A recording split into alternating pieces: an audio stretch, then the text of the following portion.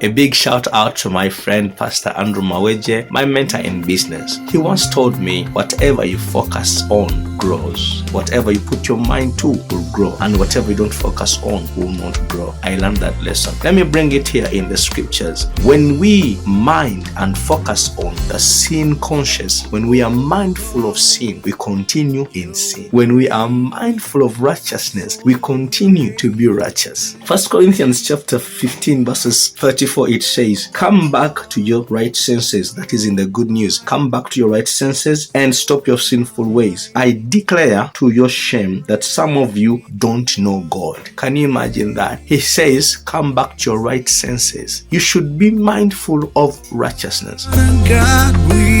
My name is Ronald Migiriza, speaking about the subject that Jesus didn't just die for sin. His original plan was to bring us to the family of God through his death. So we've been taught to be mindful of sin, and we continue to sin. We should rather be taught about righteousness. We should know God. He has said, you don't know God. You don't know God. And how can you know God? We know his plan. If you want to know someone, know his plan. So we know God when we know his plan. What is the plan of God? He wants all men to be saved and come to the knowledge of the truth. He wants a family with man. That is the plan of God. Know that, then you stop walking in your sinful ways. And to sin is to reject the plan of God or treat God's plan like nothing. That's when people begin and continue in sin. So first of all, focus on righteousness, then you will stop sinning. Ronald Migiriza loves you. I'll come to you again. Amen.